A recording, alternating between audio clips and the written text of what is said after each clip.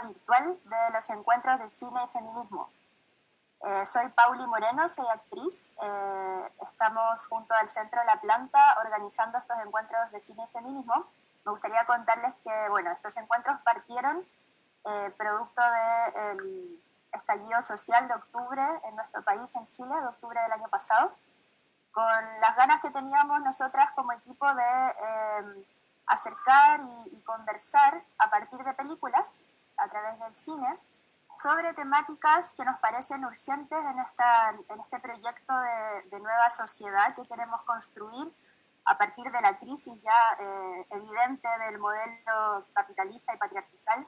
Entonces, nosotras, con este objetivo de construir una nueva sociedad feminista, y desde puntos de vista feministas, es que hemos agarrado diferentes películas con diferentes temáticas, en donde después la película finalmente es un estímulo para conversar con diferentes y muy interesantes invitadas sobre temáticas que nos parecen importantes y urgentes de propagar, de conversar, de desmenuzar, de analizar y compartir.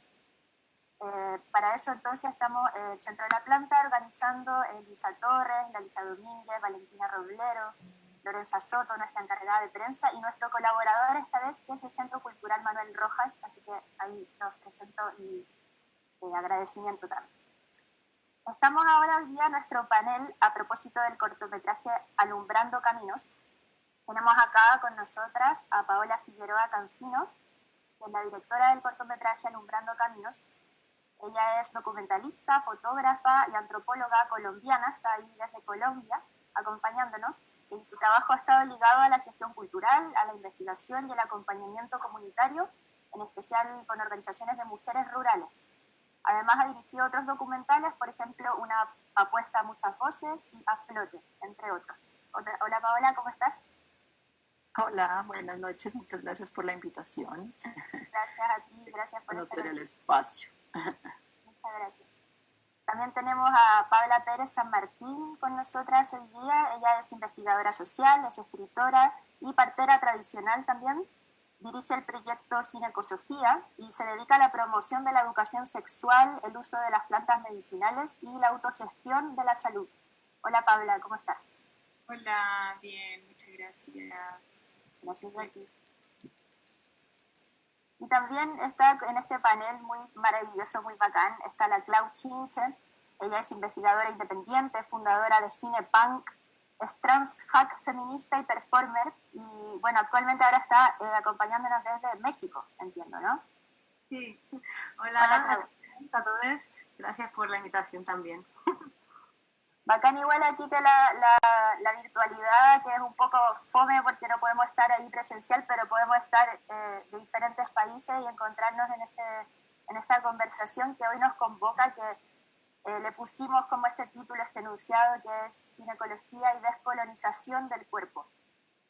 Primero me gustaría, Paola, si nos puedes contar a propósito del cortometraje Alumbrando Caminos, un cortometraje que a mí personalmente me conmovió mucho y me llevó como a un estado de contemplación que te comentaba hace un rato, muy interesante, sobre todo por cómo está narrado también este oficio de la partera de doña Valentina, cómo tú pones la cámara como un poco como testigo, muy contemplativa, también muy su labor, que la vemos en imágenes, muy también acompañada de imágenes de naturaleza, imágenes del paisaje, de animales, de los árboles.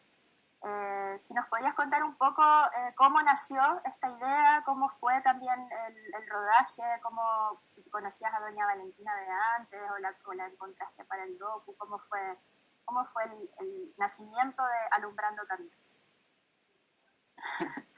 Bueno, pues el proyecto de este documental fue largo, fue de bastantes años. Surgió a raíz de un trabajo que yo estaba haciendo con mujeres sobre el tema de la agricultura femenina, y ahí me fui encontrando con parteras, digamos que ahí nació la idea. Pues yo llevaba mucho tiempo, pues ya varios años trabajando con las mujeres del Comité de Mujeres de la Asociación Campesina de Tierra Adentro en INSA, en el Cauca colombiano. Entonces, como a partir de ese trabajo que yo venía haciendo también con la organización, fui entrando a la comunidad de San José, que es una vereda pequeñita, eh, y allí, digamos que comencé como el proceso de investigación, que duró también pues un tiempo largo. Yo creo que comencé a gestar la idea como más o menos en el 2010 y hasta el 2015 más o menos lo estuve terminando. Entonces allí en la investigación pues conocí a varias parteras, estuve visitando a varias mujeres y finalmente digamos que decidí cómo centrar el trabajo en Doña Valentina, que pues que tiene también una personalidad, una fuerza, ¿no? Muy potente, es muy potente ella y también como muy clara en todo su trabajo. Y bueno, ya después de decidir hacerlo con ella, comencé a trabajar, digamos, a acompañarla durante varios años y allí lo más difícil, digamos, que fue como encontrar también la posibilidad del parto. Estuve trabajando con varias mujeres que ya atendía, pero encontrar como la familia que estuviera dispuesta a que filmáramos y a que estuviéramos como acompañándolas, eh, fue un poco, fue, digamos que lo más complicado hasta que llegamos como a la familia de Jaime y de Fabiola, que nos permitieron acompañar como el proceso y estar allí. Cinematográficamente, ¿cuál fue tu motivación, lo que te llevó a tocar esta temática de mostrar el oficio de una partera, de una mujer campesina? Bueno, yo llevo pues harto tiempo trabajando también desde el feminismo y digamos que he tenido como un interés también por resaltar y como por dar a conocer pues los conocimientos, los saberes de las mujeres, tradicionales de las mujeres, que muchas veces han estado pues como negados o que pasan desapercibidos, ¿no? Y creo que en el caso de la partería es algo muy fuerte, pues digamos que la humanidad viene naciendo en manos de mujeres y de parteras tradicionales durante su historia y es una pequeña parte, digamos, cuando la ciencia como y la medicina alopática, digamos, que le da como ese lugar a la medicina y a los médicos, principalmente hombres dentro de este momento del parto, ¿no? Entonces para mí era como esa motivación, ¿no? Como poder llegar y encontrarnos y pues también compartir, pues que creo que es parte de lo que permite el documental y el cine, ¿no? Compartir la vida también de otras personas, como acercarnos también a realidades que muchas veces eh, la mayoría de la gente no conoce y está distante. Entonces, era ese, digamos, como el interés principal, poder llegar a ellas y poder llegar también, pues, como de una manera, pues, respetuosa, ¿no? Y genuina también, pues, frente a su trabajo y frente a lo que ellas, a su forma de vida y a su decisión también de cómo recibir a los niños y a las niñas en su territorio. ¿Cómo se sintió ella con esto de que la estuvieran grabando y que hicieras un documental a propósito de su persona y de su trabajo? ¿Lo vio después, por ejemplo? Pues, bueno, ya, bueno, como ven, es una mujer muy tradicional también, ¿no? Y yo creo que fue, aunque yo le mostraba pedacitos, era como muy difícil que ella entendiera claramente que era un documental, ¿no? Pero sí tenía como un interés muy grande, aunque muchas veces lo hablábamos, yo les cuento, le llevábamos fragmentos, les mostrábamos también a ella, a la familia, pero ella tenía un interés muy grande en que se pudiera conocer también y en enseñar. Para ella es muy importante como poder enseñar su conocimiento y poder transmitirlo. Ella, digamos que de la generación que le sigue a ella, como de sus hijas o de las mujeres de esa edad, no ha tenido, aunque ellas han ido aprendiendo también la partería, no ha habido como la decisión de ellas de continuarla. Entonces ella, por ejemplo, le gustaba mucho enseñarle y que la acompañara su nieta pequeñita, que también se llama Valentina, que ella sale en varios momentos del documental. Entonces, esa parte para ella de enseñar y de compartir el conocimiento era muy importante, ¿no? Entonces, yo creo que eso la motivó bastante. Ahí ella sí es muy autónoma, que eso también les da la partería a las mujeres campesinas o indígenas, el ser parteras también les da la posibilidad de tener el espacio de la noche, de salir a cualquier hora, de moverse, ¿no? Mientras que muchas mujeres por la tradición deben quedarse más en la casa, deben estar, ¿no? Como más en el cuidado de los niños. En el caso de doña Valentina y de las otras parteras, pues al tener esta función, digamos que tienen mucha más libertad de movimiento y hay un apoyo también social de sus esposos o de las familias en el cuidado de los niños. Entonces, ella, digamos que decidía en qué momentos filmábamos, en qué momentos no, cuando ella no quería, claramente, digamos, no salía o no nos permitía grabarlo. Entonces sí fue como una cosa muy en conjunto. Y cuando hice, pues yo antes de hacer todo el estreno, pues de mostrarlo fuera de la comunidad, hice una presentación allá. Pero ella no quiso bajar de su finca, no quiso ir a verla, digamos que luego se la pasamos en la casa, pero no quiso ir como con la comunidad. De todas formas sí estaba como muy atenta a lo que las demás personas decían, a lo que decía la familia también. Claro, me imagino que, o sea, también aparte de lo artístico que tiene la película Alumbrando Camino, que es tu punto de vista como directora, cómo eliges contar o cómo eliges mostrar en realidad su oficio.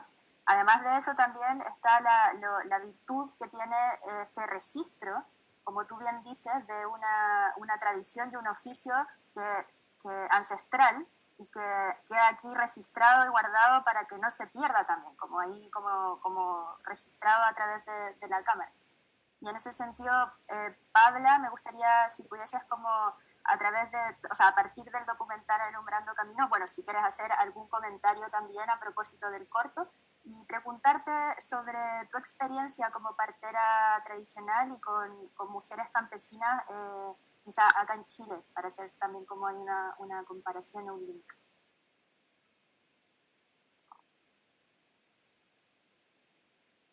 Está ahí silenciada. Ahí sí. ¿Cuál era la pregunta específicamente? ¿Como mi experiencia con las parteras? O sea, primero si quieres hacer algún comentario como del corto y de Alumbrando Caminos, y si te estimula eso a hacer alguna, como a contar alguna anécdota o hacer alguna comparación acá con las parteras, con este oficio de las parteras campesinas acá en Chile. Bueno, primero que todo felicitar a la directora aquí presente porque está muy bueno el trabajo. La verdad es que para mí significa como una cápsula de la realidad de muchos lugares rurales de Latinoamérica, rurales e indígenas. Es una realidad muy similar, la verdad. Al menos en mi experiencia es muy parecido a lo que pasa o el trabajo que realizan las parteras. Y particularmente en Chile es un poco más complejo el tema de la partería porque la partería como oficio ha ido desapareciendo con el tiempo. Es un país que tiene una singularidad política mucho más represiva en cuanto a la partería. Ha sido mucho más agresivo con sus pueblos indígenas. Por algo estamos con un machi en huelga de hambre, con gente a punto de morir, ¿no? Y entonces eso es como, no sé, como ese ejercicio de esta realidad. Es lo que pasa con las parteras, ¿no? Como que han sido súper perseguidas, no se les permite ejercer. Entonces en Chile el tema de la partería es más complejo. Existen parteras, muchas, sí, pero no ejercen hace bastante años y como lo que pasa con Valentina, la partera del documental, por cosas de la globalización y de la modernidad, sus hijas o sus nietas nos siguen aprendiendo, ¿no? Porque también es un oficio que por un lado se valora en las comunidades, pero también hay otros contextos en donde se menosprecia, ¿no? Porque como no es un saber médico o bien visto, a veces se les trata mal a las personas también, entonces muchas veces el oficio en el fondo se pierde porque no es transmitido y no es aprendido, ¿no? Porque así se aprende, o sea, las parteras aprenden así, desde chicas comúnmente las parteras tradicionales acompañando a su madre, a su madrina, a quien sea. En ese sentido, me gustaría proponerles ahora conversar sobre cómo ven ustedes frente a un sistema de salud y a un sistema ginecológico también patriarcal, capitalista. ¿Cómo ven ustedes todo lo que tiene que ver con la medicina natural, con la ancestralidad, con incluso la brujería, con tradiciones que pueden venir también muchas del campo, de lo campesino o de nuestras abuelas o bisabuelas? ¿Cómo ven esa como trinchera, por así decirlo? Porque entiendo, ahí yo hago como un link entre ustedes tres, entre el trabajo que hacen ustedes tres, que es como reivindicar ese empoderamiento que tiene la autogestión y el hacerse cargo y la autodeterminación y el autoconocimiento, que tiene que ver con no depender totalmente de un sistema de salud patriarcal en donde muchas veces el cuerpo, y sobre todo el cuerpo de las mujeres, es subestimado o muchas veces la atención de la salud, por ejemplo, cuando uno, lo comentábamos el otro día con Clau, cuando uno va donde un ginecólogo, que acá en Chile pasa que la mayoría son hombres, no sé por qué, generalmente no hay mucha conversación sobre lo que te está pasando, no hay una educación al respecto tampoco para hablar, por ejemplo, de prevención de ciertas cosas o cosas que se tratan como enfermedad y no lo son, o que te dan una pastilla para mejorarte de algo y realmente no era necesario, en fin, un montón de violencias que tienen que ver finalmente con cómo se van apoderando este sistema patriarcal de nuestras cuerpas. Entonces me gustaría ahí darle el paso a la Clau para ver si podemos conversar en torno a este tema. En el fondo, ¿cómo ven todo esto que estoy comentando como una resistencia, si es que lo ven así, a este sistema patriarcal? O sea, hola. Bueno, también decirte que el corto me pareció súper potente por esa temporalidad que tiene, ¿no? Porque sí que hay toda una temporalidad con, no sé, la ginecología, la medicina alópata normativa, ¿no? Que es como, rápido aquí, o sea, como ir muy así a ese tipo de cosas. Entonces, bueno, eso, comentar sobre eso, ¿no? Y sobre la pregunta, pues, bueno, pues... por ejemplo, esta imagen, ¿no? De cómo hay un momento en la historia en que se habla del man midwife, ¿no? El hombre partero.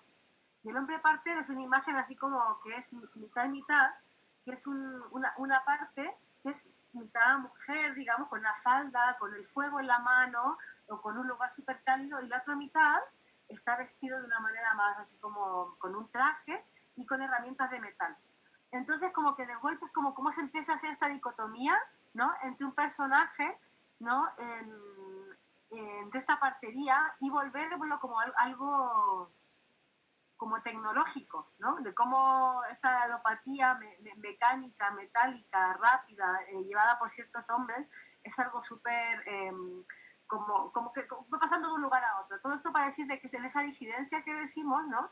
O sea, yo creo que o sea, reivindicar el trabajo parteril, el trabajo de recuperar, ¿no? La ginecología natural, las hierbas, pero también recuperar cierto tipo o entender cierto tipo de tecnologías alópatas, es como súper clave, ¿no? De encontrar esa interseccionalidad, ¿no? También es como, si hablamos también de un feminismo interseccional, ¿no?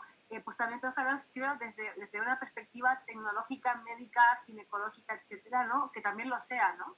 Entonces creo que es la potencia de poder combinar esos dos lenguajes, de volverlo, de contaminarnos, ¿no? De contaminar y de unir fuerzas para crear desde eso, ¿no? Desde lo que se quita por un lado y desde lo nuevo. No sé si Sí, algo así.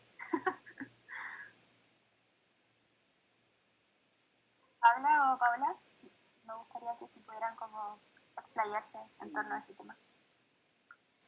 Sí, ahí yo estaba pensando, bueno, lo que tú mencionabas sobre el tiempo, sí, que yo creo que esa, bueno, una de los intereses y de las cosas que quería yo tener en el documental era como esa temporalidad campesina y rural, ¿no? Como esta diferencia también en la vida, eh, que de pronto ahorita con todo este tema de la pandemia y de quedarnos un poco más quietos, estamos comenzando a sentir otra vez, ¿no? Pero en las zonas rurales todavía está muy presente. Entonces, yo siento que eso que mencionas de la temporalidad es una de las maneras también de resistencia a ese sistema. O sea, creo que eso que dices, ¿no? Como el tema del hospital, del nacimiento, de lo metálico, lo rápido, va como frente a esa otra forma de vivir y de nacer, ¿no? Y que en estas comunidades, bueno, en el caso de Doña Valentina, por ejemplo,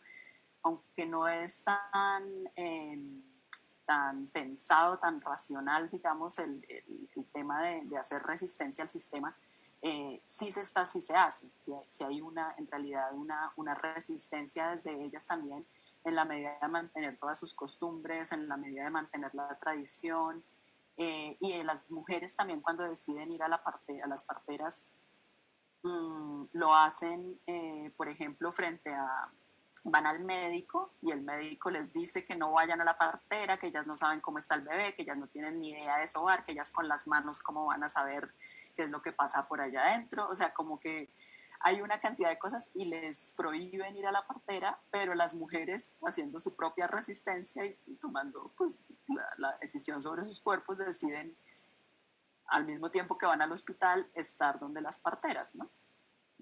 Entonces creo que ahí está como ese juego también, ¿no? Como esa posibilidad de resistir pues al sistema, digamos, más grande y a la alopatía desde las decisiones cotidianas también. Bueno, y al hacer parte allí en Tierra Adentro es muy fuerte el tema de la organización campesina y de la organización indígena. Entonces, pues la mayoría de la comunidad pertenece a estas organizaciones y también hay una apuesta en términos generales pues de mantener su autonomía, ¿no?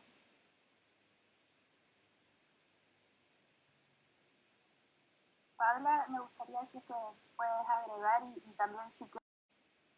Al documental, este lente me hace reflejo, que me gustaría como comentar, que me parece súper interesante, que algo que se repite es que las parteras, consciente o inconsciente, depende de la partera, son activistas de salud, porque son, no sé, pues como lo que comentaba Paola, tienen mayor libertad en su espacio, son reconocidas, ¿no? Y son las que manejan la mayor información sobre la salud de la comunidad, la salud de las familias. Eso uno lo ve en diferencia a ir a un médico, como que no hay calidez, la partera comúnmente recibió a las familias, a los vecinos, como que hay una familiaridad, ¿no? Y eso es lo que se perdió ahora con la medicina, ¿no?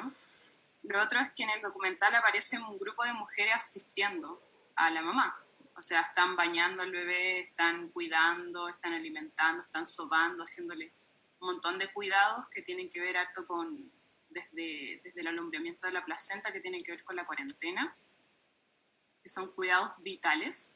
O sea, la cuarentena aquí se repite y es algo que se ha perdido con el ritmo de vida, el estrés, el capitalismo, la exigencia que es el cuidado posterior, que son 40 días de una mujer que parió. Y eso se ha perdido completamente. O sea, la exigencia productiva no le permite a una mujer darse ese tiempo, ¿no? Y tampoco hay una red de contención que genere esos cuidados, como los cierres de cadera, las hierbas, y son cosas del saber popular que de distintas maneras existen. No sé, yo me di cuenta que desde Marruecos a Bolivia, o sea, la cuarentena es algo que se repite en todas partes y eso, sobre todo en las ciudades, se ha perdido. y eso determina mucho la salud del bebé, la salud de la mamá, en general después la salud de la familia, ¿no? Y eso, por ejemplo, en el minuto 10 se habla de la gestante, comenta, ¿no?, que el doctor dice que no se haga sobar de parteras. Esa es una forma, ¿no?, de represión. Quizás ahí en esa zona no se les persigue como se les persiguió acá en dictadura, ¿no?, que directamente se iba a las casas y no se les, ya sabes lo que pasaba, ¿no?, no se les permitía ejercer. Pero dar esa información, ¿no?, que una partera te va a cambiar el lugar del bebé por tocarte, y si te lo dice un doctor, una persona que tiene poder, eso modifica bastante la realidad, ¿no? Entonces eso también es una forma de represión y de caza de brujas que se genera. Y eso se genera, es un pequeño ejemplo de todo lo que se genera, ¿no?, como de persecución. Y bueno, el otro interesante que muestra también el documental es cómo Valentina tiene una relación con el entorno, con las plantas, que va a cosechar las plantas que se necesitan, como las medicinas. O sea, hay un absoluto equilibrio en el manejo de, no sé, de conocer a las familias y también en el manejo de la soberanía alimentaria, que es algo que Paula trabaja ahí con las comunidades. Y del uso de las medicinas, ¿no?, que es como una relación con la comunidad y con la tierra evidente que hoy se ha perdido. Es como, bueno, un medicamento X, todo es una patología, una enfermedad, y ya sabemos que Chile es uno de los países que tiene más alto índice de cesárea, y que en el fondo no es porque las mujeres lo necesitan, sino que porque es un negocio, básicamente, ¿no? Y lo último quería agregar es que, en detalles que yo me fijé como partera en el documental, es que Valentina ocupa herramientas de la medicina. Ella ocupa tijeras, ella esteriliza las tijeras, no usaba cualquier tijera, de hecho muestran un tarrito en donde está esterilizando los algodones para el cordón, para utilizar como clamp, y las tijeras que tiene metidas en alcohol, ¿sí? Entonces, son pequeñas tecnologías de apropiación, que es lo que habla la Clau, ¿no? Que es como, está bien, no nos podemos quedar como en el romanticismo de todo lo natural, sino que tenemos que también apropiarnos de estos conocimientos tecnológicos y de la ciencia para ocuparlo en nuestro beneficio, ¿no? Así que creo que esa es como la batalla que tenemos que dar ahora, ¿no? Como apropiarnos de esos conocimientos y que no queden para estos círculos cerrados, sino que nosotras también podemos acceder a eso, abrirlo y compartirlos para la comunidad, y así como se hizo en los años 70 de los grupos de autoestudio de mujeres, que se masificó en el movimiento feminista de esos años, y que nada, que nos ayudó un montón, sobre todo a los abortos en casa, sobre todo en ese punto. Eso.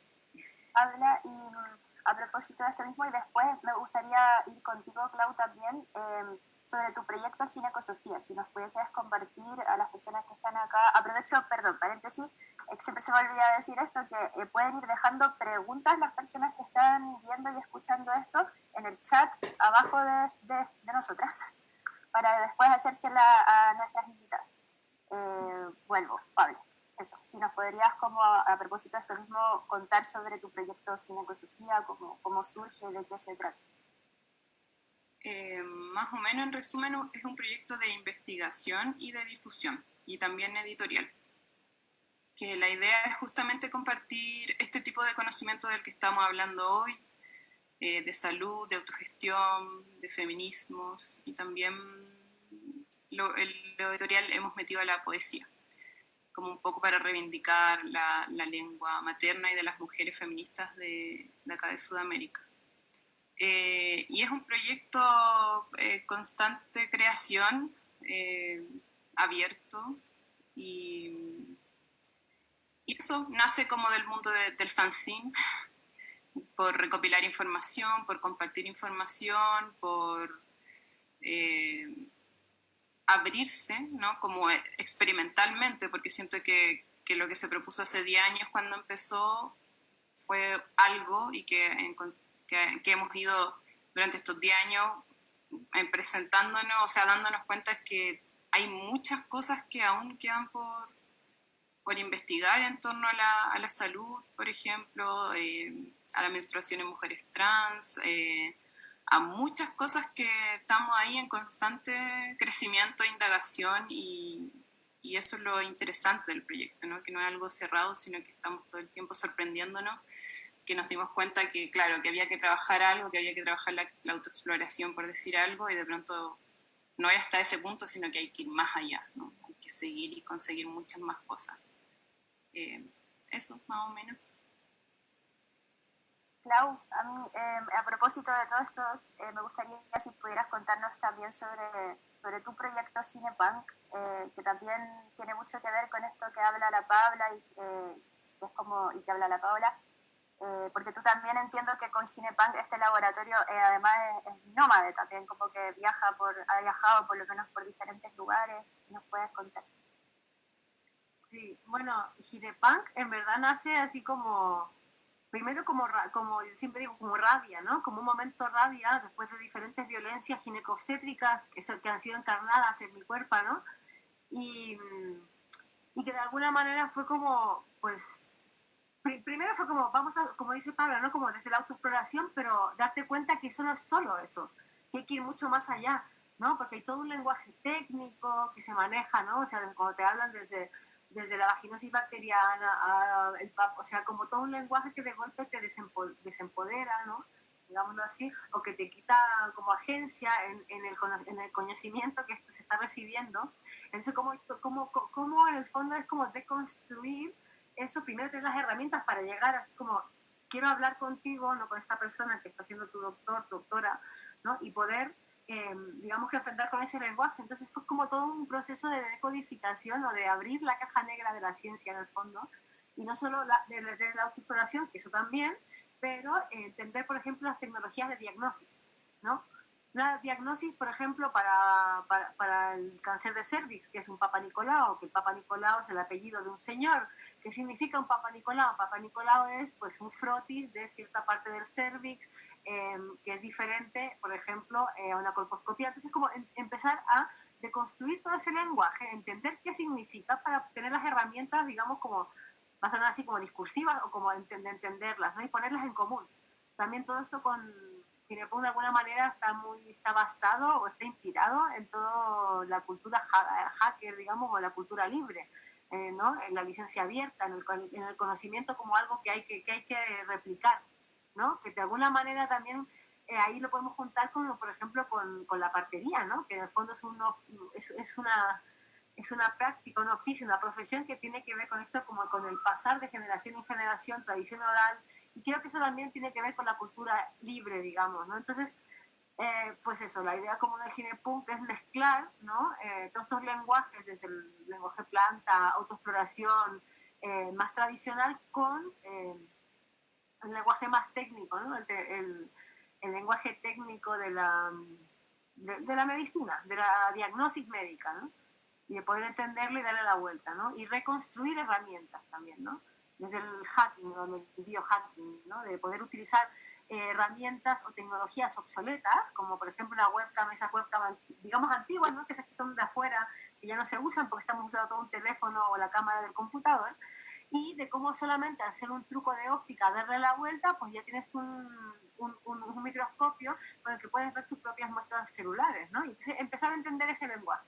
Entonces, en el fondo, es una deconstrucción para, más allá de hacer diagnosis, es entender esos procesos, ¿no? Y algo así. Y volverlos un poco más legibles dentro de ese lenguaje tan técnico o que nos han separado, ¿no? El patriarcado, una cosa tan buena que ha hecho es como separar, ¿no? A nivel médico, pues nosotros de nuestras cuerpos, ¿no? Es como me pasa algo, vas al doctor así, ojos cerrados, sino antes tú saber tocarte, o sea, ¿cómo sé si algo ha cambiado o está mal si no lo conozco de antes o no tengo? También existe por el pudor, la religión, un montón de cosas que nos han jodido de ahí.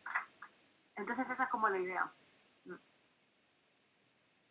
Paola, ¿y cómo allá en Colombia o en tu trabajo cercano que has tenido con mujeres en sectores rurales allá, ¿cómo si nos podrías compartir allá esa experiencia de empoderamiento en cuanto a la medicina, los cuerpos, cómo funciona, cómo es allá? Porque Paula nos contaba un poco de acá de Chile, si nos pudieses contar allá, de allá. Sí, bueno, cuando las estaba escuchando hablar, como cuando Paula mencionaba lo del momento en que doña Valentina esteriliza las cosas, pero en ese mismo momento raspa un huesito de alguna, de alguna cosa, ¿no? Para usar en sus medicinas.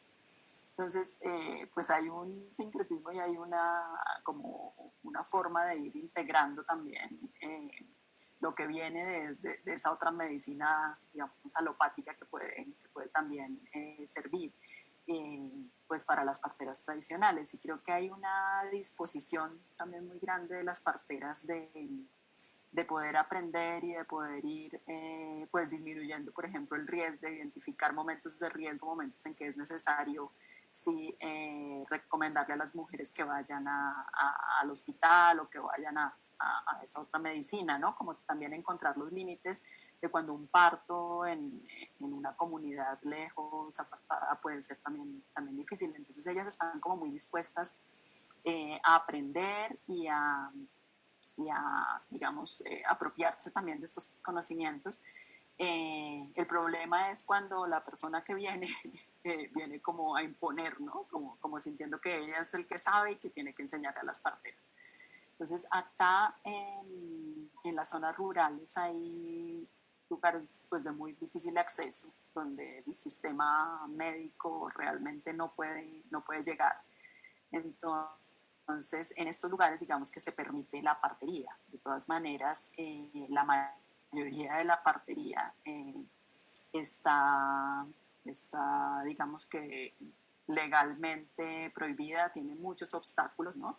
Hay muchas mujeres que pues tienen, o incluso también algunos hombres que hacen partería tradicional, pues que enfrentan como procesos judiciales por hacerlo. Entonces también hay una persecución muy grande frente a esto. Hay una diferencia entre la ruralidad y la ciudad, o lo rural que no está tan apartado. Entonces, siempre está ese riesgo. Pero, pues, al lado también de estas parteras tradicionales hay todo un movimiento digamos, que ha surgido, que también tiene que ver con cómo recuperar, cómo hacer estas prácticas en la ciudad, cómo, bueno, tener las doulas ahora, ¿no? Y varios otros términos que también han ido como entrando. Y hay un movimiento grande también de resistencia y de organizaciones como alrededor del tema de la partería, ¿no? Que ya tienen también, que integran otras reflexiones, que están trabajando sobre el tema de la violencia ginecobstétrica, o bueno, obstetra, y que están como en toda esa dinámica. Entonces yo siento que hay como esos dos movimientos, ¿no? ¿Ustedes hablarían de feminismo campesino, como distinguiéndolo de un feminismo urbano? Para la que quiera. O sea, a mí me parece como conflictivo decirlo, así como porque de alguna manera estamos poniéndolo nosotros, ¿no? No estamos, no tiene que ser algo, o sea, si vamos a hablar de feminismo campesino tendría que venir de primera persona, si no sería un término ya más acuñado por nosotros desde fuera y un poco, no sé, me parece un poco más impuesto, ¿no? Pero creo que sí que hay o sea, no sé, digo hablar en este contexto, ¿eh? No sé si me equivoco. ¿Sí? Pero pues allí una cosa también para que las puedan conocer, que son las mujeres del Comité de Mujeres de la Organización Campesina de INSAE Tierra Adentro, que tienen un proceso ya yo creo que cerca de 20 años de organización, y ellas han ido llegando justamente a ese término del feminismo campesino, y ellas se reconocen dentro de se reconocen a sí mismas como feministas campesinas. Y pues tiene que ver mucho con, digamos que al principio cuando nosotras comenzamos a llegar y a trabajar con ellas, que yo estuve como a la par, digamos, como que surgimos como organizaciones en el mismo momento, era muy difícil que las mujeres allá permitieran, por ejemplo, que uno dijera feminismo, ¿no? por lo que pues en la sociedad y los hombres y está tan remarcado que si eres feminista entonces de pronto eres lesbiana, que si no, como que hay toda una cantidad de estereotipos que marcaban mucho eso. Pero durante estos años, digamos que fueron también, y conociendo los diferentes corrientes del feminismo, pues porque también hay una gran variedad, y ellas conociendo esto fueron adaptando y encontrando su propia manera de reconocimiento y su propia manera de trabajar y su propia manera de trabajar con la comunidad, con lo comunitario, con el ser campesinas, con el ser parte también de una organización mixta. Y creo que ellas, o sea, ellas sí, por ejemplo, lo hablan en primera persona. Entonces, pues ese proceso de las mujeres de Tierra Adentro es muy bonito. También si lo quieren como conocer, luego podría como compartirles. Hay un documental que hicimos con otra de las compañeras que trabajamos en Alumbrando Caminos, que es Ángela Rubiano, que ella hizo fotografía. Tenemos un documental que se llama Y la memoria somos nosotras, que cuenta el proceso de organización de ellas y también como ese tema de sus feminismos campesinos.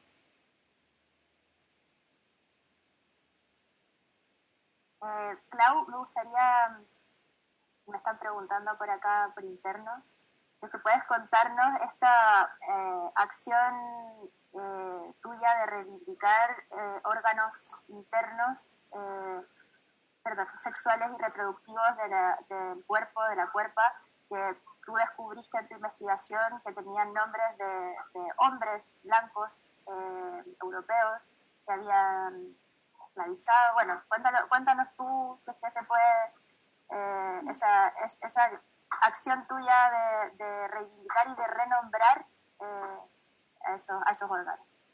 Sí, bueno, es curioso porque no es como que descubrí, ¿no? Porque descubrir es lo que ellos dicen que hicieron en los cuerpos, sino que es como que te encuentras con una información que está ahí, que fue solo de empezar como la glándula de Skene, falopio, el punto G, Grafenberg. Entonces se fue encontrando como nombrecitos o cositas que a mí me generó curiosidad etimológica, pensando que igual significaba algo importante. Y después te das cuenta que no, que son solo apellidos de señores, tal como el Papa Nicolau. El Papa Nicolau se le pilló de un ginecólogo griego.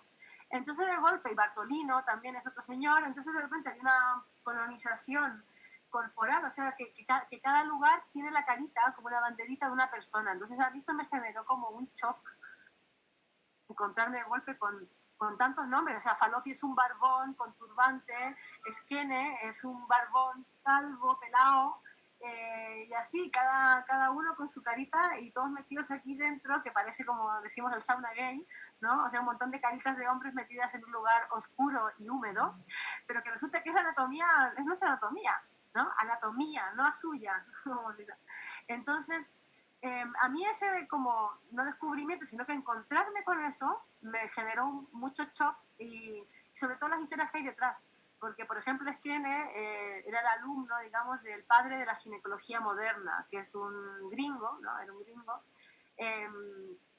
que en verdad él fundó todo su conocimiento experimentando con esclavas negras en las plantaciones de algodón, sin anestesia cuando había anestesia, y sabemos los nombres de algunas de ellas porque él escribió la historia, ¿no? Porque él escribió su libro al final de su vida, ¿no? Tal como de alguna manera como que la historia la escribe quien tiene, digamos, el poder quizás, o la historia en verdad está escrita por quienes han podido escribirla, porque para ser esclava estaba prohibido incluso con la pena de muerte escribir y leer. Entonces sabemos esos nombres de Anarca, Lucy, Betsy, por ejemplo, por esto. Pero también es como los padres de la obstetricia. Los padres de la obstetricia eran dos hombrecitos que generaron todo su conocimiento mandando asesinar a mujeres embarazadas en diferentes estados de gestación para poder disecarlas. Entonces hay toda una historia de unas cuerpas y unos cuerpos periféricos que han sido asesinados, se ha experimentado con ellos y que no sabemos sus nombres, pero sí sabemos los nombres y apellidos de estos hombres blancos en los cuales ellos fundaron todo ese conocimiento ¿cómo se llama? Por encima de estos cuerpos. Entonces fue como vamos, yo decidí que no quería llamar más a mi cuerpo así, no quería tener Skene, no quería tener Falopio, ni Bartolino, ni nadie, entonces la renombré, digamos, con los nombres de estas esclavas en principio, Anarta, Lucy, Betsy, y luego las trampas del falopio, le llamo las trampas del opio, porque parece una dormidera más que un hombre con turbante. Entonces, bueno, es como de cómo en el fondo el poder de nombrar las cosas y el poder de decirlas, ¿no? O sea, de cambiar y recuperar esa historia, hacerlo largo como esa descolonización corporal, ¿no? Sacar estos hombrecitos para poner una historia que en verdad se asemeja más a nuestras cuerpos y en verdad que les rinda honor, en verdad, a todas esas cuerpos que han sufrido por el conocimiento que, digamos, gozamos, digo, y entre comillas, porque la ginecología no obstetricia sigue teniendo esta violencia porque es que proviene de un pasado violento, ¿no? Entonces, eso es un poco la idea de esta renombración o de cambiar y hacer un acto casi de psicomágico, si lo queremos decir, de quitar estos hombrecitos blancos, feos, horribles, barbones. Genial. Oye, y con la Clau estuvimos en un podcast hace poquito, la tuve invitada en un podcast a propósito de esto mismo, que lo pueden escuchar, está en YouTube. Que esta pregunta me gusta mucho porque yo soy actriz y trabajo principalmente en cine, en audiovisual, es lo que más me gusta. Entonces les quería preguntar, porque ustedes tres, la Paola es documentalista, hace documentales, la Pabla estuve viendo por ahí también que su libro era muy importante agregarle ilustraciones, por lo que quería también como lograr a través de la educación. Y en el caso de la Clau con todo esto del renombrar y de reivindicar para poder descolonizar, también generó durante muchos años un trabajo de performance, un gabinete teatral performático. Entonces esta es mi pregunta que me encanta, para ya ir cerrando y pasar a las otras preguntas. ¿Cuál creen ustedes que es la importancia o lo que les parece interesante del cruce de estas temáticas, que tienen estas reivindicaciones y estas luchas que tienen que ver con la salud, también con el autoconocimiento de las cuerpas y los cuerpos, este cruce que hay con el arte, como con los lenguajes artísticos, ¿cómo ven ustedes ese cruce como para poder también propagar y seguir fisurando un poco el sistema imperante, hegemónico?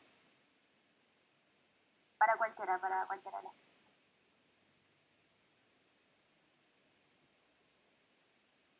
Bueno, no sé, yo, para seguir un poco en el tema, pero igual como lo dije un poquito antes, ¿no? Es como yo creo que para hablar todas estas cosas que son tan importantes, tan fuertes y que tienen tanta carga histórica, violenta, y que atraviesa, por ejemplo, un momento tan importante como es un parto o como una voz, ¿no? No, como todo esto que tiene que ver, es como los lenguajes y la interdisciplinariedad es súper importante, la contaminación nuevamente, o sea, como que para mí como todo tiene que ver con esto, vamos a decirlo en todas las lenguas que podamos, en todos los idiomas y en todas las expresiones, porque es como, de una manera vamos a llegar de una manera a otra a tener, pues eso, pues todos los lenguajes, no sé, ya me emociono, pero eso es lo que yo creo, ¿no? Como que creo que es básico, es importante poder utilizar todos los lenguajes posibles, porque en verdad estamos tan como colonizadas, está tan, el lenguaje hegemónico histórico está ahí, que tenemos que encontrar, darle la vuelta y mutar en toda posibilidad. Esa es mi opinión. Sí, pues parece muy emocionante escuchar a Clau. Todo el tema que dices de los nombres y de cómo están, ¿no? Bien, o sea, yo no lo sabía, no lo había pensado y me dejó así impactada. Pero también creo que coincido contigo en eso, o sea, tenemos un sistema simbólico y un sistema de narración y un lenguaje, como el lenguaje en todos sus sentidos también tan permeado por el patriarcado de una manera tan dura, que pues en realidad hay que crear también, hay que expresarnos, ¿no? Desde diferentes lugares. Y siento que el arte, pues digamos que permite también como posicionar, explorar y ir poniendo lo que como mujeres sentimos y como mujeres también nos vamos representando, ¿no? porque creo que hay una diferencia también muy grande entre cómo se abordan los temas, por ejemplo, del parto o como dices tú, del aborto o lo que tiene que ver con la reproducción o con lo que tiene que ver con la sexualidad. Desde las mujeres, digamos bueno, si uno tiene más cercanía con el feminismo, también dependiendo de dónde está posicionada, porque hay mujeres que pueden también estar muy metidas en un lenguaje patriarcal, ¿no? No necesariamente por ser mujeres lo vamos a decir, pero sí creo que en esa importancia de poder explorar desde esos lenguajes y ir creando también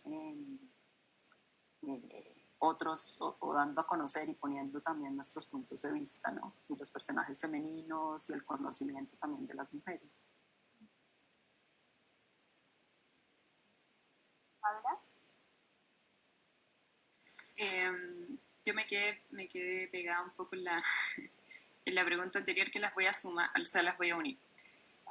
Por ejemplo, lo del feminismo campesino es interesante porque en las comunidades hay mucho trabajo, hay mucho activismo, y de las mujeres principalmente. Y en cuanto a la salud, las mujeres están en la primera línea desde el campo hasta lo vemos ahora en la pandemia, ¿no? Están en la primera línea y en el campo se ven las agentes de salud, las promotoras de salud en distintas comunidades. Entonces, muchas veces las mujeres en territorios campesinos no se identifican con el feminismo porque estamos hablando de un feminismo blanco, de un feminismo europeo, un feminismo super mainstream o como progresista. Entonces, no se identifican con eso, y no es que estén en desacuerdo con las propuestas de igualdad o muchas cosas, sino que en realidad es un estereotipo también bastante fuerte y colonizador. Entonces, en los últimos 2 años yo he visto harto cambio en las comunidades de buscar su propio feminismo, porque tú ves en las poblaciones las mujeres parando las ollas comunes y todo, no tienen tiempo para autodeterminarse como feministas, pero son realmente unas mujeres súper feministas que están combatiendo el hambre, la desigualdad, la injusticia. O sea, creo que también hay que cuestionarse mucho el feminismo y empezar a hablar de los feminismos y de las activistas, porque también hay muchas trincheras en las que pararse, que son atravesadas o no por el feminismo, ¿no?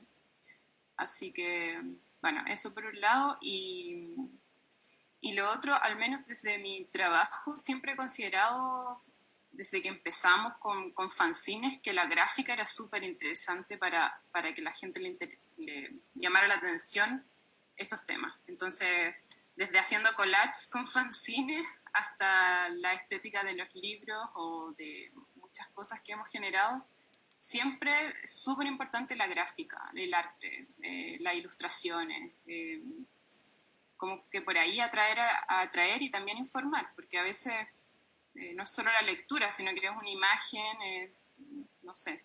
Y en el proyecto lo que empezamos a hacer fue que empezamos a promover imágenes como para niñas, como imágenes infantiles. Esa fue la primera propuesta del proyecto, porque nosotras pensábamos que en realidad esto había que empezarlo con las niñas o con las niñas, como que ahí estaba la base, la semilla. Entonces toda la gráfica súper infantil de las primeras cosas que hicimos.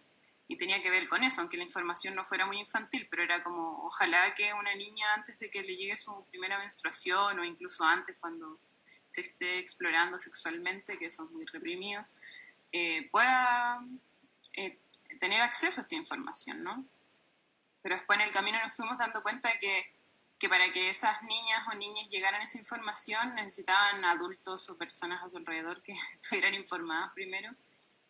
Y que finalmente como las adultas eran las personas que estaban más interesadas en esto. Así que, bueno, como que eso ha ido cambiando. Pero para nosotros ha sido súper importante como incorporar harto el arte gráfico en nuestro trabajo. Y creo que ese ha sido súper como una súper buena trinchera para nosotras. De hecho, hicimos como una herramienta de autoconocimiento durante 6 años, que era como para que las mujeres dejaran de utilizar hormonas como anticonceptivo, porque era como lo que siempre llegaba, ¿no? Como, ¿cómo dejo de hormonarme? Me parece imposible, es como la única opción y me trae un montón de efectos secundarios. Entonces generamos esta herramienta de autoconocimiento y la hicimos durante 6 años y tenía mucha gráfica y que eso ayudaba un montón para el autoconocimiento. Ahora lo dejamos de hacer porque nos dimos cuenta que en realidad esto ya era algo de lo que teníamos que salir y avanzar en otras cosas, ¿no? Pero sí, el arte me parece que es súper interesante para llegar y atravesar esto, ¿no? Como quitarnos todo lo violento que ha sido la apropiación de nuestros cuerpos y que sigue siendo todavía, ¿no? Así que súper sanador también el arte.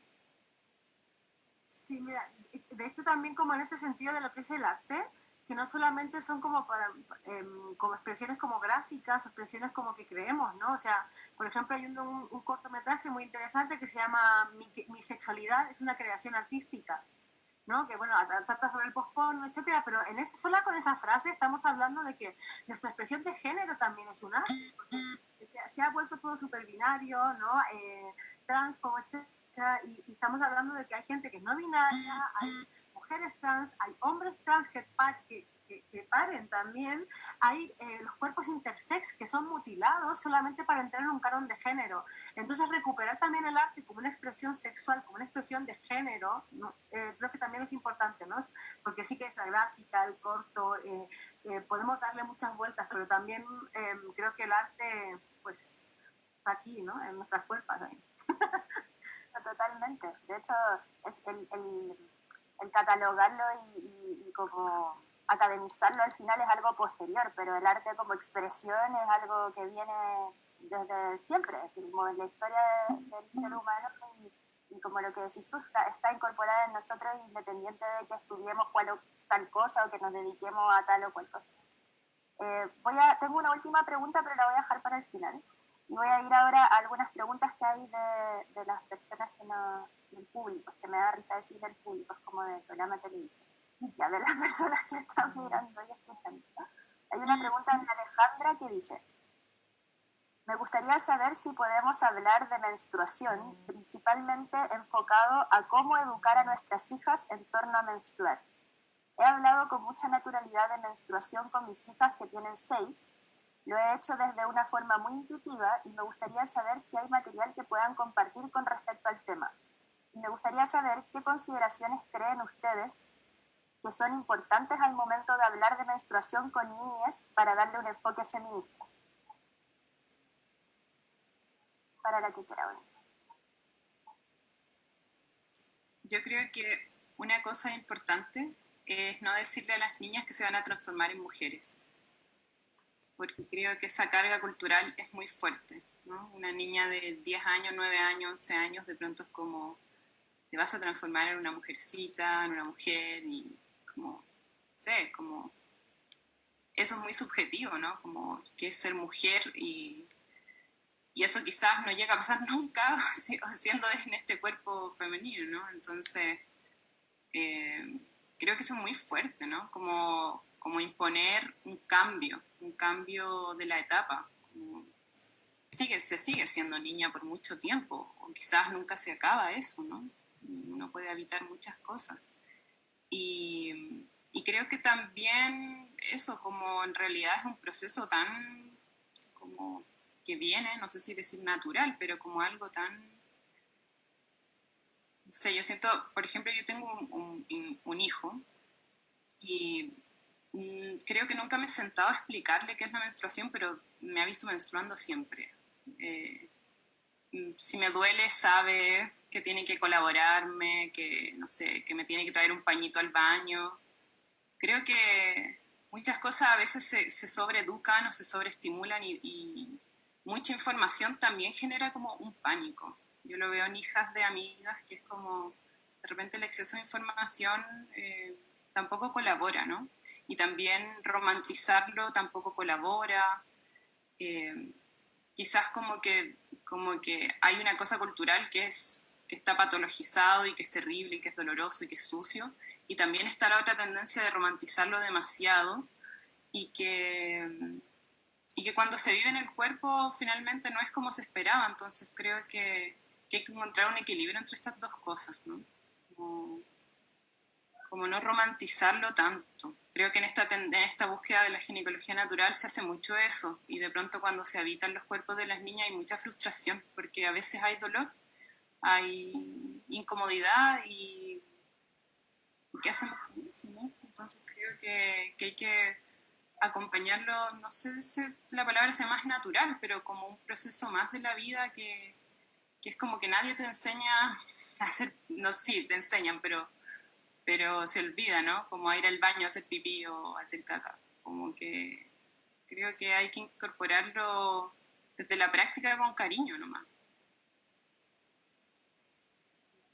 Sí, en ese como también creo que en ese no romantizar, por ejemplo, también está como lidiar con el tema del asco, de la mancha, de lo sucio, de todas estas cosas que también son súper vetadas, ¿no? Es como, no sé, o sea, como tenemos que ir así como de blanco, oliendo a flores y a nubes o cosas de estas, y es como, no, ese huele a sangre, mancha y todas estas cosas que también tienen que ver con la vergüenza sí, de esta como higienismo que hay, ¿no? O sea, creo que eso también es como re importante, como desromantizarlo y normalizar cierto tipo de, pues eso, pues somos seres que secretamos cosas todo el rato, ¿no? O sea, somos entes secretadores. El tema con los fluidos, ¿no? Es como que es súper importante tener un acercamiento a todos los fluidos del cuerpo, o sea, incorporar la sangre, pero hay muchos otros fluidos durante el ciclo de otras partes del cuerpo y hay que saber reconocerlo. Eso es súper interesante estudiarlo. O sea, estudiarlo o normalizar ese contacto, está todo bien. Hay otra pregunta de Laura que dice, ¿creen que un parto en casa acompañado de una dula o partera, respetando los tiempos de la mujer, es menos doloroso? No. Ok, gracias. No necesariamente. Eso es tan relativo. Pero obviamente que no debiera haber violencia como la hay per se en los hospitales. O sea, cambio de turno, te toca a cualquier persona, hay otro ritmo, que es lo que hablábamos, y en la casa debiera haber un ritmo mucho más tranquilo y todo más respetado. Ahora, el dolor va a estar siempre, aunque a muchas dulas y parteras no les guste hablar de la palabra dolor, pero el dolor es importante en el trabajo de parto para dar señales, para que el cuerpo se comunique, se movilice y sepa lo que tenga que hacer. Entonces, yo creo que debiera ser un nacimiento libre de violencia, y quizás obviamente se minimice el dolor con el manejo que tenga la dula y la partera, pero que no haya dolor, no sé, creo, es difícil. Acá hay otra pregunta que es de Valentina, que dice, ¿cómo podemos naturalizar la partería y o la ginecología en general y traerla de vuelta a las mujeres, a la familia y a las comunidades?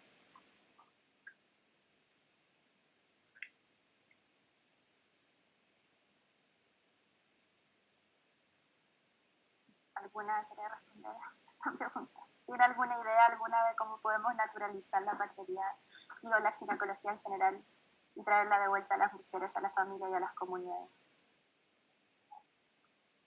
Bueno, yo creo que el trabajo que estamos haciendo cada uno por su lado tiene que ver con esto, ¿no? O sea, por ejemplo, todo el trabajo de ginecosofía, que es de alguna manera generar toda esta documentación, este corpus de biblioteca, ¿no?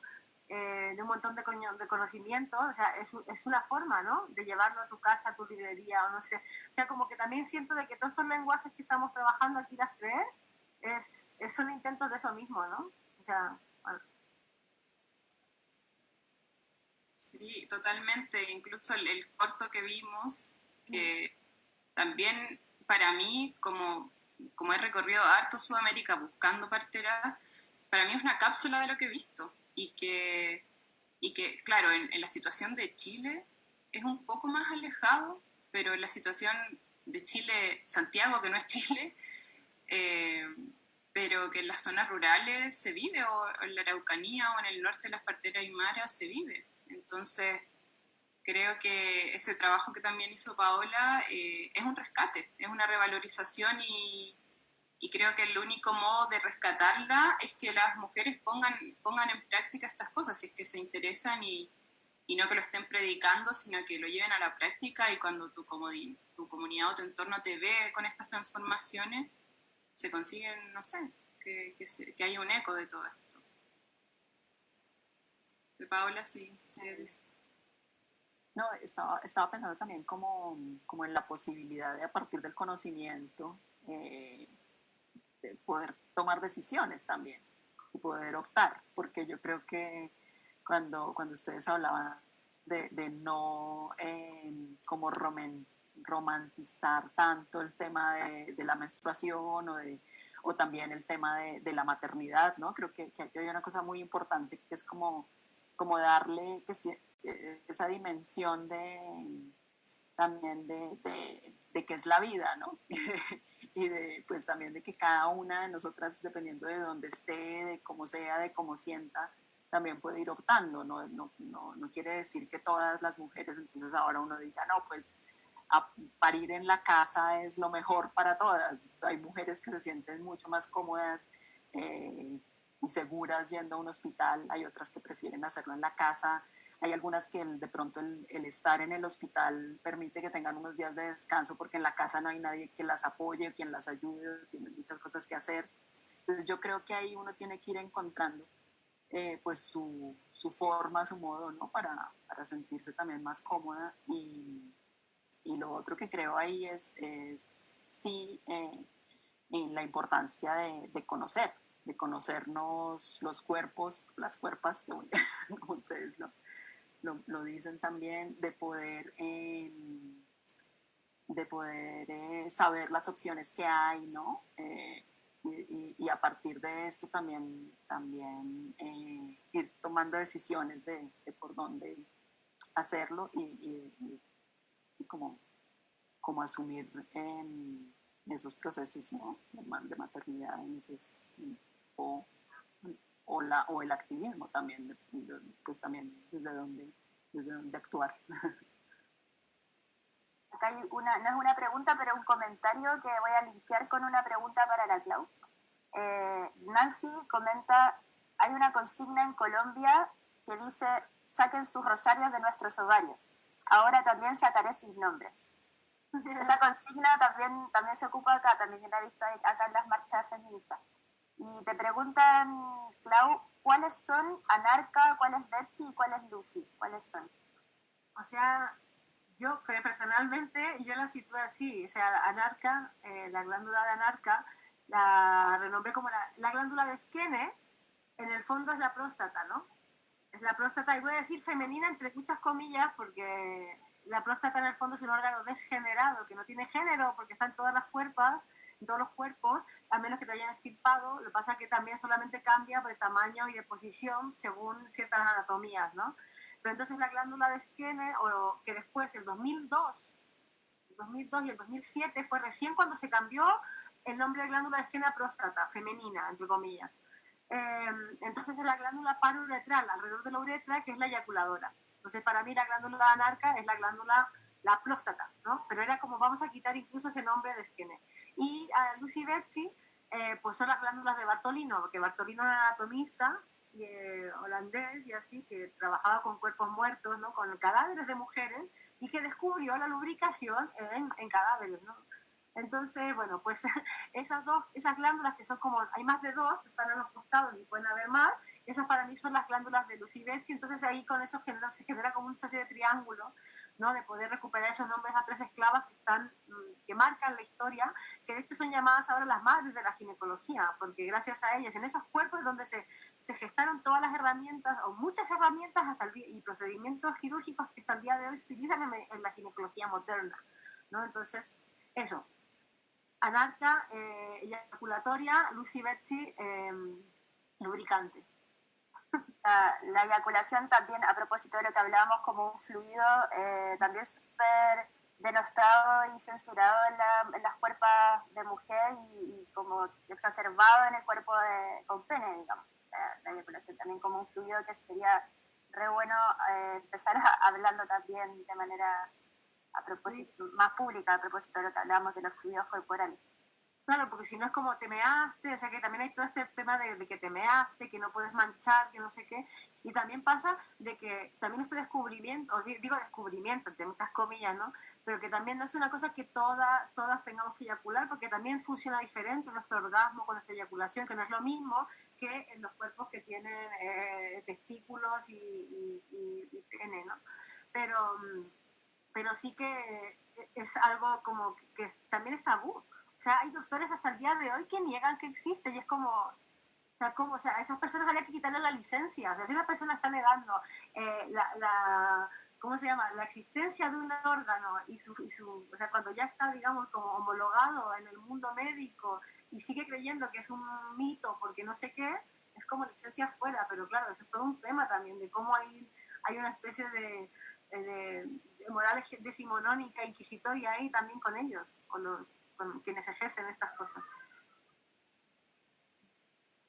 A propósito de quitar la licencia, a mí cuando era más chica, 3 ginecólogos diferentes, hombres, me decían y me aseguraban, aunque yo les preguntaba como 30 veces, que las pastillas anticonceptivas no tenían ningún efecto secundario, que eran absolutamente beneficios solamente lo que traían, y que yo tenía que agradecerles a las pastillas anticonceptivas para ahora poder tener una sexualidad libre.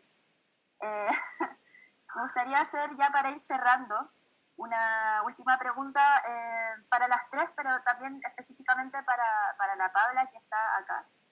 Porque, o sea, acá en Chile, digo, que nosotras cuando empezamos con los encuentros de cine y feminismo les contaba que nuestra motivación fue el movimiento y el estallido social que empezó en octubre, que sigue hasta el día de hoy, ahora con el tema de la pandemia rebrotando con mucha fuerza. Entonces, como en ese momento iba a haber un plebiscito en abril y estábamos hablando mucho en miras de la nueva constitución, de abolir la constitución de Pinochet, que nos rige hasta el día de hoy, como una herencia maldita que no hemos podido, o sea, nosotros no hemos podido sacar porque los gobiernos no lo han permitido, de concertación y el actual, que es de derecha más encima. Entonces, tratamos de buscar temáticas que también tuviesen que ver con cosas que para nosotras eran importantes de hablar cuando hablábamos de nueva constitución. Entonces, en el tema que hoy nos convoca, ligándolo con, por ejemplo, salud pública, con, por ejemplo, cultura, con educación, que son como ministerios, digamos, tópicos que la constitución actual sí influye. Me gustaría preguntarte, Pablo, si tú ves como algo que sea importante de decir ahora, de conversar, de recalcar para ti en este proceso constitucional con referencia a todo lo que estamos hablando. Bueno, y Clau y Paola también después si quieren agregar algo.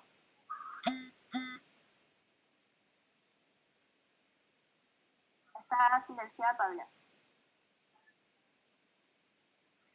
Yo creo que, bueno, hoy más que nada con el tema de la pandemia además, o sea, estábamos en una crisis súper grande, por eso, por la constitución que tenemos y un montón de otras cosas que pasaron estos últimos 40 años en Chile, pero hoy yo creo que con la pandemia se pone como en jaque el tema de la salud en Chile, que es terrible, ¿no?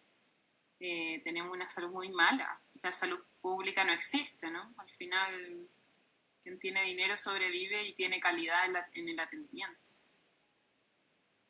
Entonces creo que para mí, como desde el trabajo que desarrollo, es súper importante el tema de la salud y de la educación sexual, que tampoco existe, ¿no? La salud sexual, o sea, la educación. Es un vacío horrible el que existe en Chile en términos de la educación, ¿no? Es terrible y son terribles los índices de VIH en Chile y porque no hay educación sexual. Hasta hace poco se prohibía, bueno, todavía que aparezca un preservativo en televisión. O sea, muchas cosas que este país tiene que mejorar en términos de educación sexual y de salud. Y no sé, es complejo también porque no se ha reconocido la violencia obstétrica desde el Colegio Matrona, entonces tampoco se pueden generar cambios desde ahí. Entonces como que hay hartas cosas que mejorar en este país, y a mí la verdad es que me gusta harto el tema de como más de la micropolítica, y que creo que es algo que sucedió con el estallido social, que es ver este estallido de mucha gente o pequeñas comunidades organizándose y generando activismo, organizaciones barriales, educativas, ollas comunes. Entonces me cuesta pensar en la macropolítica y me cuesta incluso creer en ella, ¿no? Entonces me interesa mucho lo que ocurre en espacios reducidos, me parece más posible, ¿no? Y que me parece genial lo que pasó desde el estallido social, que la gente se empezó a reunir, ¿no? Que el daño del fascismo ha sido tan grande en este país que nos da miedo reunirnos y no nos encontramos, y la gente no se conoce con las vecinas, con los vecinos. Entonces me parece que eso ha sido súper interesante, como las asambleas barriales, muchas cosas que, aunque estamos en esta situación de pandemia, se han seguido movilizando la gente, se ha seguido reuniendo. Y esas transformaciones de reunión y de organizaciones que se revivió en este país después de muchos años en donde eso se aniquiló, ¿no? Porque por el miedo la gente dejó de confiar en el otro, ¿no? Eso revivió con el estallido social, y esa micropolítica me parece fundamental, porque en el fondo es lo que yo alcanzo, ¿no? Como conversar con mi vecina, mi vecino, la señora del negocio, y es lo que necesito cotidianamente, ¿no? Y ver esas transformaciones y esas cooperativas entre la gente, esa asamblea, creo que ahí está la base, ¿no? Y desde ahí, desde esos núcleos, quizás se va generando a mayor escala, pero lo principal es parte por ahí. Totalmente. De hecho, contarles que todos los conversatorios que hemos hecho, que este ya es nuestro quinto conversatorio, considerando los que hicimos presencialmente en enero, que han tocado diferentes tópicos, como les contaba, que nosotras queríamos, que siempre que hacemos esta pregunta, llegamos un poco a la misma conclusión. Y es a mí me gusta personalmente mucho, porque esa desconfianza en la clase política y en la macropolítica, como dices tú, se ha vuelto ahora, como se ha volcado, digamos, el trabajo, el interés y la energía de las personas a propósito del estallido social, y ahora en pandemia yo creo que se ha reforzado los trabajos territoriales, comunitarios, barriales, como dices tú, de micropolítica, que son esenciales, y contestando un poco también a la pregunta de Valentina de cómo propagar y acercar la ginecología, por ejemplo, natural, etcétera.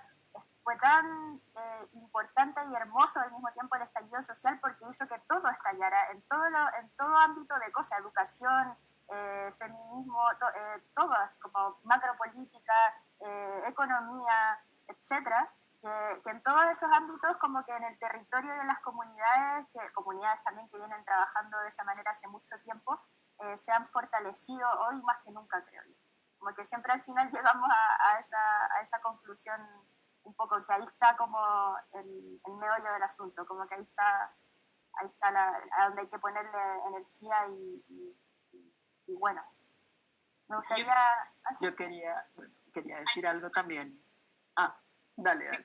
Una última cosa, es que en situación de pandemia se hace mucho más urgente esto que estamos hablando ahora, ¿no? De la autogestión de la salud, porque entramos en pánico, en crisis de que necesitamos a los médicos y a las médicas, que necesitamos un hospital, y no es tan así. O sea, el hospital se necesita para una urgencia, una emergencia, y para muchas otras cosas se puede resolver en la casa, ¿no?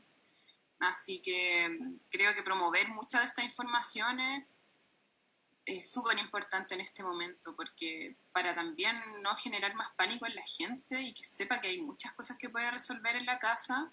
Y lo último es que desde el estallido social se activaron muchas organizaciones de salud autoconvocadas que estuvieron ahí asistiendo a los heridos, y que hoy están generando boletines, que están generando mucha información para que la gente se cuide en las casas. Hay una que se llama Cruz Negra, Salud a la Calle.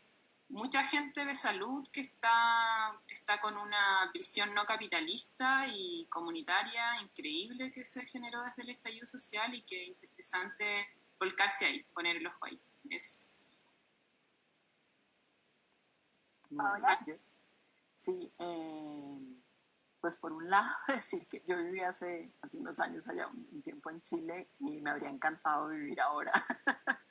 con lo que cuentan del estallido y con lo que hemos podido ver del estallido social. Y creo que es inspirador para toda Latinoamérica. Y bueno, frente a lo que tú preguntabas, tu pregunta sobre la reforma a la Constitución, creo que Colombia puede ser como un ejemplo pues en términos de ese tema de la legislación, de cambios de constitución, del tema de las normas, porque si nosotros miramos, pues aquí hubo un cambio de constitución en 1991, que fue una constitución en cierta medida bastante progresista, ¿no? Para su momento en muchas cosas. Y también pues el movimiento de mujeres ha ido logrando varias leyes en términos de protección de los derechos de las mujeres, en términos de sanción a las violencias de género, ¿no? Entonces, si tú miras el marco legislativo y formal de Colombia, seríamos una belleza. Pero hay una cosa y es esa distancia que hay entre la norma y entre la realidad, ¿no? Y creo que ahí es vital pues ese tema de la apropiación, de la organización, de la conciencia también ciudadana, porque pues digamos que acá a pesar de eso continúa la violencia sociopolítica de una manera súper fuerte, incluso en la pandemia. Pues prácticamente diariamente son asesinados y asesinadas líderes sociales, lideresas, excombatientes, ¿no? Y la situación de violencia contra las mujeres, los feminicidios también son súper altos. Estamos en un momento de crisis muy grande. Y sí creo que lo vital y lo que permite realmente una transformación social es el organizarse y es la conciencia pues de la gente, más allá de que el sistema legal esté de X o Y manera. ¿O algo que quieras agregar al respecto? ¿No? Paola, me gustaría preguntarte, antes de despedirnos, si estás ahora trabajando en algún documental actualmente o otro proyecto audiovisual. Bueno, estoy trabajando en un documental en el que llevo muchos años. Mis documentales son de procesos largos, que tiene que ver con el tema pues de los cultivos tradicionales que hacen las mujeres del Pacífico nariñense, las mujeres afrocolombianas. Yo estuve hace muchos años, ya más de 15 años, trabajando con ellas desde la antropología. Yo estudié antropología y hice mi tesis de antropología en el Bajo Patía. Y hice también como un registro de video.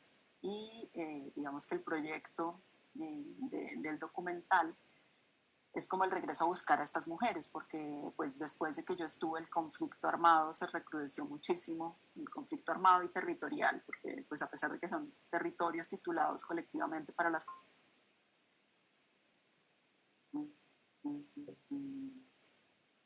son grupos paramilitares, y muchas de las mujeres con las que yo trabajé tuvieron que salir, entonces pues desterradas. Entonces lo que, digamos que el documental que estoy haciendo es como la búsqueda para mirar, por un lado, la historia de las mujeres que salieron y cómo continúa su relación con la agricultura, y para ellas como, digamos que esas plantas, cómo están en sus vidas ahora, pero también mirar qué ha pasado con las que se quedaron, con las que permanecen en el territorio, ¿no? Y que también pues las dinámicas sociales y las dinámicas de movilidad dentro del territorio pues se han transformado mucho. Entonces, mirar cómo ha sido esa forma de resistencia de ellas y qué ha pasado ahora. Entonces, ese es como el proyecto en el que estoy actualmente. Se llama Yo sin mis matas no puedo vivir, se llama el documental. Voy a estar ahí atentos. Bueno, si no hay nada más que agregar, voy a cerrar el encuentro de hoy. Les doy las gracias, muchísimas gracias nuevamente por estar acá y poder conversar y compartir con nosotras sus maravillosas experiencias y proyectos. Mucha admiración para cada una de ustedes. Muchas gracias por estar con nosotras en este espacio. Para nosotras es muy importante. Nos emocionamos mucho cada vez que tenemos uno de estos encuentros.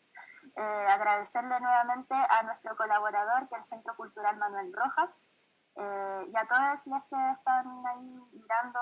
Esto después va a quedar aquí, lo vamos a subir para que lo puedan compartir, y a las personas que no alcanzaron a estar ahí.